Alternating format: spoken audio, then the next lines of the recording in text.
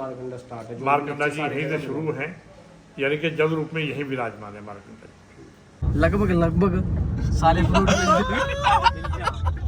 सारे। अंकल जी राम जी, मारकंडा जी का उद्गम स्थल यही है। तो यहाँ के बारे में पुजारी जी से बात करांगे कि यहाँ की क्या हिस्ट्री है।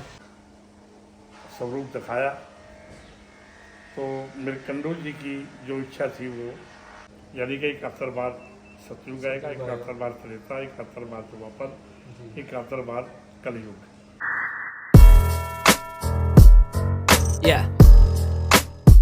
नंबरदार जी। तो आज आप वो स्थान दिखाएंगे जहाँ पे ऋषि मारकंडा जी स्टार्ट हो रहे हैं, जहाँ भोलेनाथ ने जप्फी पाई थी ऋषि मारकंडा जी ने। वही है ना, गुट का जप्फी, वही, हाँ, गुट का जप्फी पाई थी। वही स्थान है भाई जहाँ ऋषि मारकंडे जी ने भोलेनाथ जी के शिवलिंग पर जप्फी पाई थी। वो वाला स्थान पर लेकर जा रहे। तो आज फिर दिखावा था रास्ता। ठीक है, चल फिर घूमे माड़ा सा कहीं दिन है नहान करनी गए हो। शो गुरु कह देगा हाँ नहान करनी जाएगा। लवी काले दर चटाई कहाँ गया? हाँ, फौजी ढाबा भी दिखा। फौजी ढाबे पर अपने चके नवीन सैनी जी 2 फूल ले लेंगे बस, बहुत है। वो देख क्या कह रहा खाने में। ठंडा हो ना ले फिर जले न लग पियो नहीं, फ्रूटी भी नहीं। हाँ, पेप्सी ले ले बस। अभी मजा आएगा ना भिड़ो। ले होगी गड्डी अपनी CNG आ। तो CNG फुल करा रहे। CNG में एक सावधानी जरूर बरते करो भाई जिन पास CNG की गड्डी आ। गड्डी वैसे तो कंपनी फिटेड में कभी दिक्कत आई नहीं है। तो नीचे उतर कर दूर रह करो गड्डी से जब CNG भर रही हो। जो कालेआम ते नाहन रोड जाना उस पर एक पुल आवा, तो वहाँ ते रास्ता मुड़िया देवनी नो विक्रम बाग नो। तो इस रास्ते पर चढ़ गए हम आज। मैं गए विक्रम बाग यूँ कहाँ भी यो बाग, इन्हों विक्रम बाग वाले भी नहीं पता कहाँ लगा। देखा भाई जमराज है 70 किले में बाग है जी। कहा है वो? इन्हों 2 किलोमीटर पीछे से चल गया था। वो लोग चल रहा क्या लीची स्पेशल। अरे यो क्या कह रहे हैं, क्या कहना लगभग है। लगभग सारे फ्रूट मिल जाएंगे। सारे ऐसा कोई फ्रूट नहीं है जी का जो इस बाग में मिलता ना हो। लगभग सारे फ्रूट सारे फ्रूट मिल जाएंगे यहाँ। जीव तो अलग अलग करने लग गई थी लगभग की जगह। यहाँ से निकले आप पौंटा साहब नहान खजूरना। तो अपन लेना पौंटा साहब करनी। ये रोड है नहान करनी थे। तो ये जरा पौंटा साहब करनी इधर ते अपन पौंटा साहब करनी हो लेना। अंकल जी राम जी, मारकंडा जी का उद्गम स्थल यही है। वो तो पीछे है भाई, पिछा जहाँ से शुरू हुआ। हाँ बोलियों पीछे इससे अगले घूमा। जो मेन रोड जा रहा है। हाँ जी बोलियों आएगा, वहाँ पता कर लो। ठीक है जी, वहाँ से मुड़ना है। मंदिर नीचे आओ। मंदिर तो देखे हम बोलियों है। चले अभी मित्रों गलत आई हो रहा ना बड़ जो अड़ जाएगा घेर दिया हम तो यार। यू टर्न लेना पड़ेगा अपन बोलियों को बता रहे बोलियों को। वहाँ से बाकी लोकेशन जबरदस्त था। यहाँ का आप शूट शाट कर सके हमारा मोटा ये देख ले पर बोहलियों यो लिख रखा है यहाँ मुड़ना मारना। और ऊपर लिख रखा है देखो श्री मार्कंडेश्वर धाम उद्गम स्थान आपका हार्दिक स्वागत करता है। यो रास्ता भाई यहाँ से मुड़ गया। आप बोलियों को याद रखियो, किसी ने पूछ का आजियो। यहाँ से एक रास्ता इधर मुड़ागा, एक जगह सीधा। और बोर्ड भी लग रहा ऋषि मार्कंडे धाम 700 मीटर आगे है।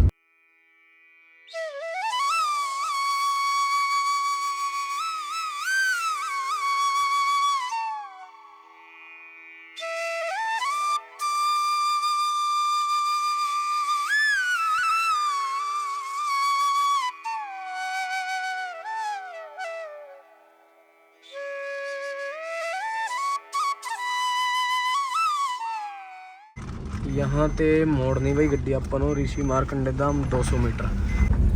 फाइनली आप पहुँच गए मंदिर। चटाई ले बिछा लो, गड्डी पार्क कर दी अपन ने। तो उधर जो गाँव दिखाया था वो आप आए हैं। गड्डी का रास्ता इंजन अपने रखे ने। तो ले चला मनो मंदिर के अंदर। बाबे ने अचानक बुलाए, घर पड़े पड़े। जय हो। अंदर मतलब सीढ़ियाँ उतर रही हैं, तो ਆਪਾਂ भी पहली बार आए हैं। पता करे आस पास वालों ते भी इधर आओ स्थान उद्यम स्थल।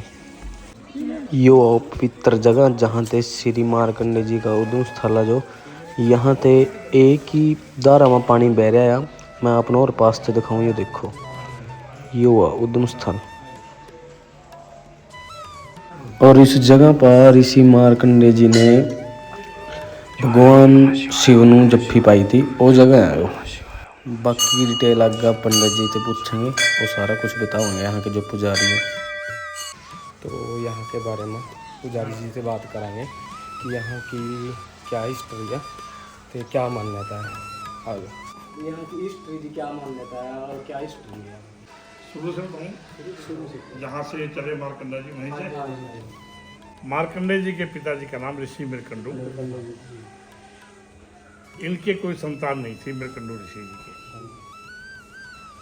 तो इन्होंने, क्योंकि ऋषि थे, जानते थे कि बिना पुत्र के गति नहीं और बिना गुरु के मुक्ति नहीं। तो मुक्ति का मार्ग तो उनके पास था, क्योंकि स्वयं ऋषि थे। तो इन्होंने गति के लिए भी, पुत्र प्राप्ति के लिए भी मेरी गति हो जाए मनोकामना, तो इन्होंने भगवान विष्णु जी की कठोर तपस्या की। भगवान विष्णु जी ने फिर इनकी तपस्या से प्रसन्न होकर इनको वरदान देने के लिए जब इनके पास आए, इनको प्रत्यक्ष स्वरूप दिखाया, तो मृकंडू जी की जो इच्छा थी वो तृप्त होगी। कहने लगे, महाराज जी बस आपके दिव्य दर्शन देख के अब मेरी कोई अभिलाषा नहीं है। भगवान विष्णु जी ने कहा कि नहीं, आपने पुत्र प्राप्ति के लिए आपने तप किया है, पुत्र आपको मिलेगा। लेकिन मेरे पास दो पुत्र हैं, एक दीर्घायु का, एक अल्प आयु का।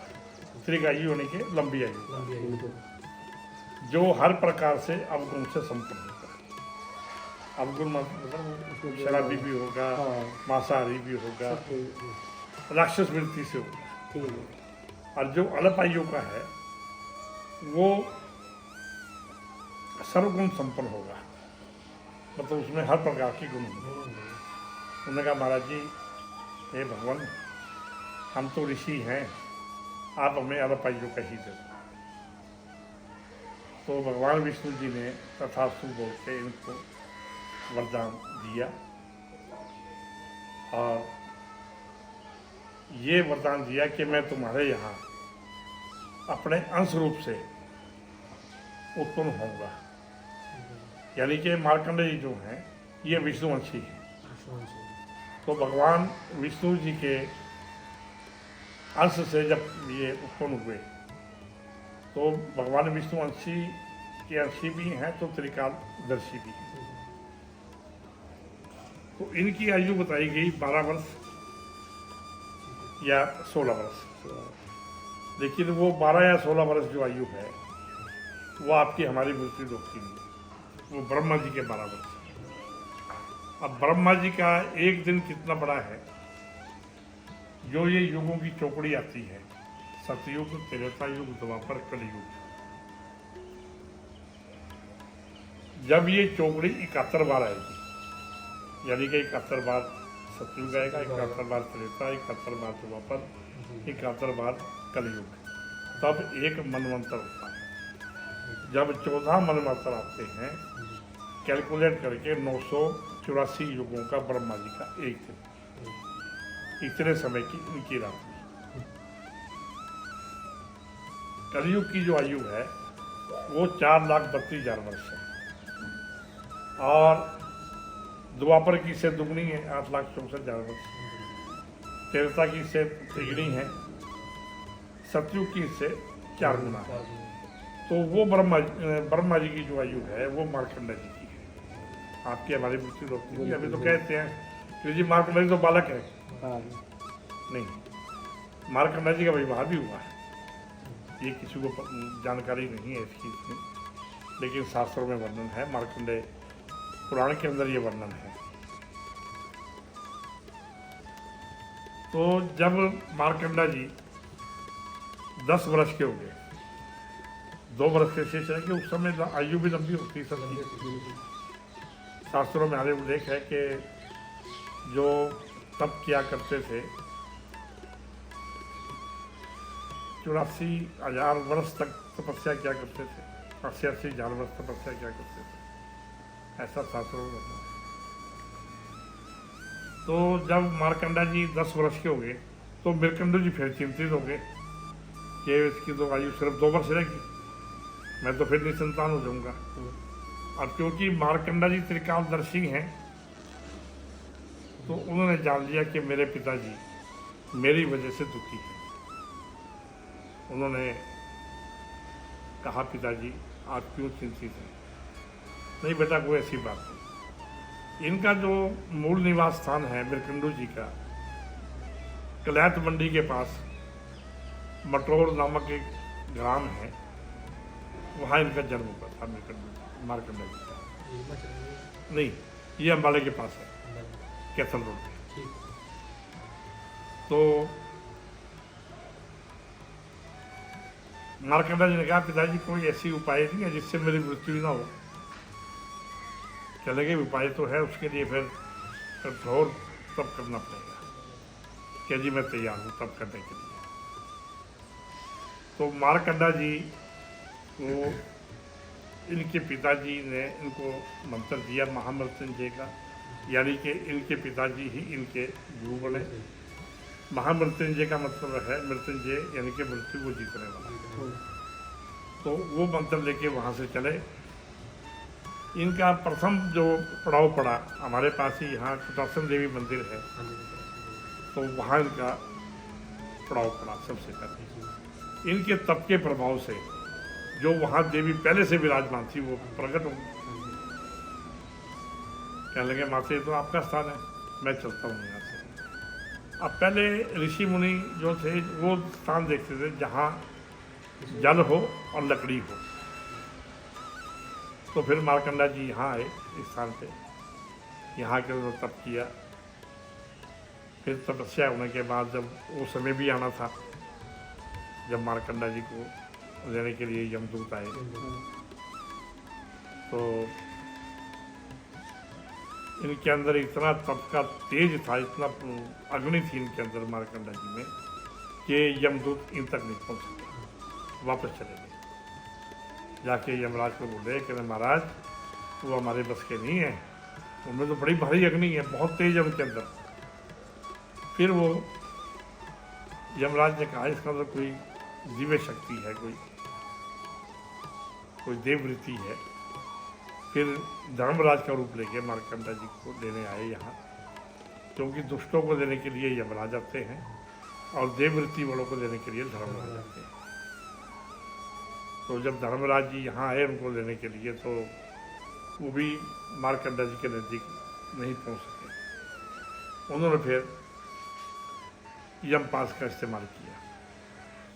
यमपास का इस्तेमाल किया तो मार्कंडा जी ने साथ ही शिवलिंग को जप्फी पर ली। कहने लगे, महाराज अगर ले जाना है तो मेरे शिव जी को भी साथ ले जाओ। तो ऐसा बताया गया कि तत्काल ही उस शिवलिंग से शिव जी महाराज प्रकट हुए और इनको अमरता का वरदान दिया। फिर शिव जी महाराज जाके पैड़ी वाला एक नामक स्थान है काले आम के रास्ते में, वहाँ उस शिवलिंग में जाके स्थापित हुए मार्कंडा जी। और इनकी फिर विवाह हुआ। इनकी पत्नी का नाम है धूमरवती, इनके बेटे का नाम है मार्कंडा जी के ऋषि वेदशिरा। इनका विवाह का जो मिलता है विवरण हमें, जो वृत्तांत मिलता है, तो दुर्गा ना मैं नहीं, मार्कंडेय पुराण में इनका वर्णन मिलता है, उसमें शादी का वर्णन है। ऐसा इसमें शास्त्रों में लेख है। मतलब मैंने जो आपको बात बताई वो शास्त्र से बाहर नहीं है। यहाँ तपस्या करी थी मार्कंडेय यहाँ ने तपस्या की यही भोलेनाथ अमर जी है, की, यही अमर हुए। हाँ यही अमर। तो जो नीचे उद्गम स्थल है यहाँ से, ये मार्कंडा जी का उद्गम स्थल उद्गम है। स्थल है, यहाँ से ही मार्कंडा स्टार्ट है। जो मार्कंडा नीचे जी सारे यहीं से जगह शुरू है, यानी कि जल रूप में यहीं विराजमान है मार्कंडा जी।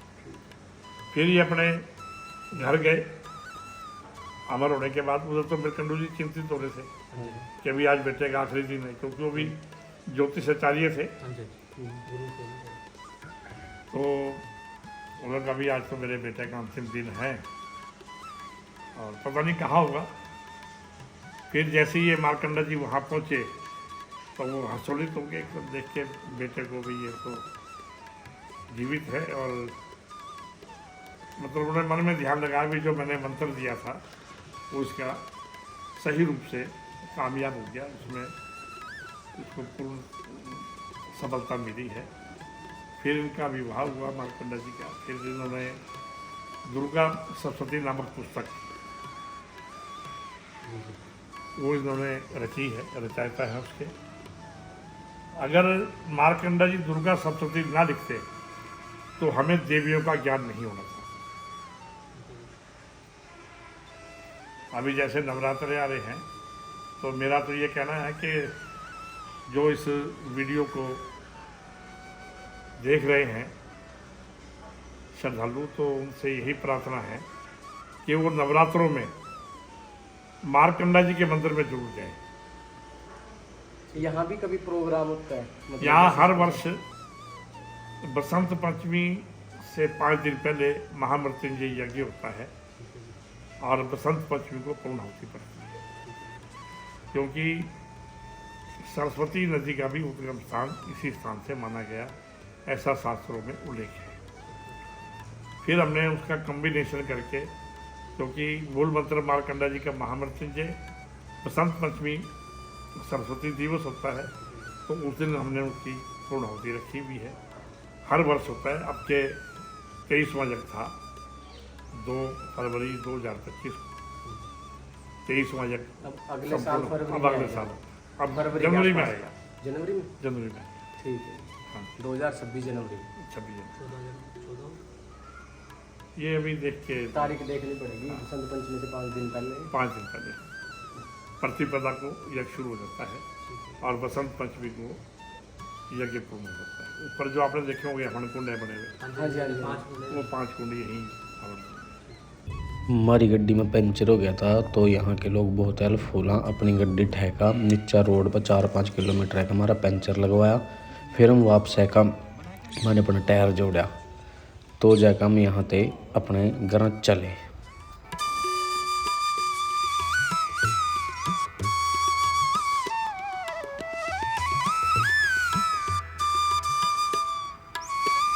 पौंटा साहब ते नहान इंगा संभू वाले दे भाई 2-3 किलोमीटर अग्गा बोलियो को मुड़ना आपनू सीधा इधर पौंटा साहब जा रही, इधर नहान जा रही सड़क। पहुंच गए भाई वापस गोमा ते अंदर शाम हैगी 6:30 बज गए। आई लव ग्लोरी, मेरा गांव मेरी शान। तो कैसा लगा भाई आज का व्लॉग, आप सब कमेंट करके जरूर बताइए। और जिस किसी ने बोला चैनल सब्सक्राइब नहीं करा, चैनल सब्सक्राइब कर लियो। मिला फिर एक बार नए टॉपिक पाका। Bye bye.